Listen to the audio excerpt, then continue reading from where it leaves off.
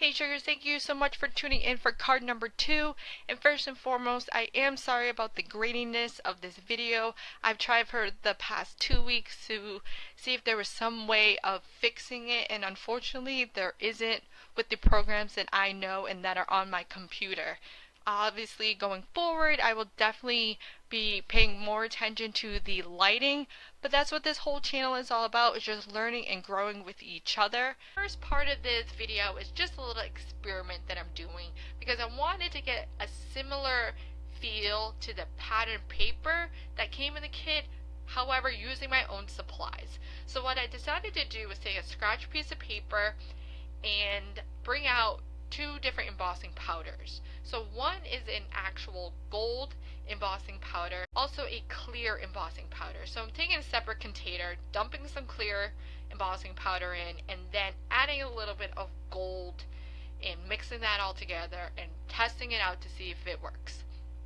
So for this technique, you're going to want to take Versamark, which is a clear sticky ink, put that over your brush stroke image that you picked up, then put on your dye ink, right?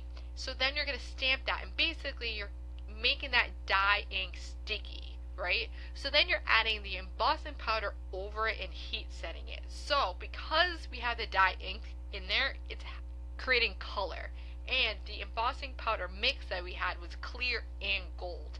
So anytime there's no gold in there, you're essentially just making that dye ink a little bit shinier because we have clear embossing powder in there. I kind of hope that makes sense. So to get on with the actual technique of the card and the card making, we're taking it back to like 3rd grade, where you take a piece of paper, you fold it in half, draw an image on it, and then cut it out. I decided to make mine a heart shape, so we had the inside piece and sort of the outside piece. I could not find my bone folder for the life of me. It's probably under a pile of paper somewhere. So I used my embossing like styling tool and kind of scored my cardstock that way, cut it in half like I normally do, and then creased the card bases. So then what I took is the center solid heart, put some removable adhesive on the back, and stuck it in the center of the card base. Then I got out my inks. I got the color inspiration from the pattern paper themselves, which is like this pale pink, gray, and navy color. So what you're going to want to do is essentially cover this card front in brush strokes. And you're going to want to go right over that center image. Nothing's going to happen to it because that heart, in a sense, is a mask. And anything that is stamped over it will not be there when you remove the paper heart later. I love the grand reveal. The grand reveal is like the best part. So what I'm using is different thicknesses of brush strokes. And I'm actually starting with the darker color, or no, this is the medium tone color. I'm starting there first, working up to the darker color. And the reason why I do this is for a couple of reasons. One is because I'm actually going to use that pale blush color 2 times. One is just going to be the blush color itself, and then the second round is going to be the one that we put embossing powder, our custom embossing powder, over. So I wanted to make sure that there was plenty of medium and darker inks already out there on the paper. Plus, I felt that if I did the pink first and heat embossed it, then put my ink on top of it, and I had to wipe that off the embossing powder, I would have made a complete mess. I would have just smudged ink everywhere. So that was kind of my workaround, was to do the medium and the dark first before I did the blush color.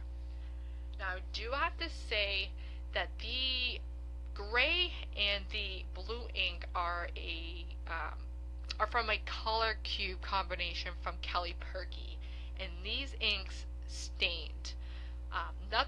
It doesn't damage your stamps themselves, but there is a staining property to these inks. So you're going to need to use a really good cleaner to get all that ink off of your stamp. And I recently just picked up the Hero Arts Ultra Clean Cleaner, and I felt that did a really good job. You see right here that I'm actually inking up the various stamps, making sure that there's nothing on those stamps, so that way when I stamp in that blush color, it's completely true and there's no residual ink left on the stamp. And I also kind of swiped the ink pad as well, just to make sure that there was nothing on there. So if you do have highly staining inks, I do recommend that Ultra Clean, and I normally just use one of those car chamois that you find in automotive at one of the big box stores. I use that, kind of cut it down, and they work great for water-based inks, and it kind of comes off with no problem whatsoever. However, some dye inks that have a lot of staining power, I recommend using that Ultra Clean. So here you see I'm just working my way through all the shapes and all the geometric kind of patterns that I'm creating. Now, I've done the gray, I did the navy, and I did the blush. And so what I wanted to do is make sure that those colors were really well in heat set. That's why I kind of tested that embossing powder to see if anything stuck. If something did, just swipe it off the embossing powder and heat set it again, because you don't want the embossing powder to stick to a place that you don't want it to.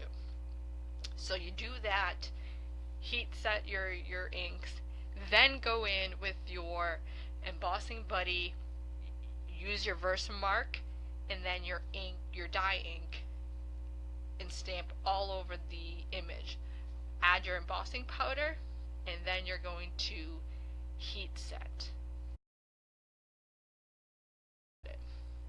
Now, I'm not sure if I mentioned this earlier, but make sure you do protect the back of your card. Next, I'm taking the sentiment that comes in the October 2017 card kit. I wanted to kind of bring in a little bit more of that gold, so I am going to heat set it in gold.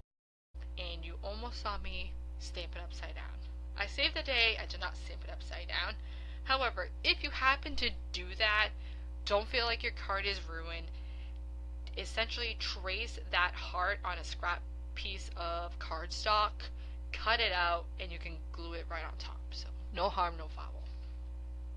So once I put that embossing powder on the sentiment and heat set it, I felt it needed a little bit of something else. That heart just did not pop off the card front like I wanted it to. So I took the Emboss It pen that comes in the card kit and just did a little faux stitching around the heart, poured embossing powder over it, and heat set that as well. All you're going to do is actually take that paper off the back and use it to protect the inside of your card. Because what we're going to do is essentially redo what we did on the outside on the inside. So this time around, because I'm not going to heat set anything on the inside of the card, I decided to start with my blush color ink, move up to the gray, then to the navy color. That way the most staining color and dark color is the last to go on. And these colors are full strength.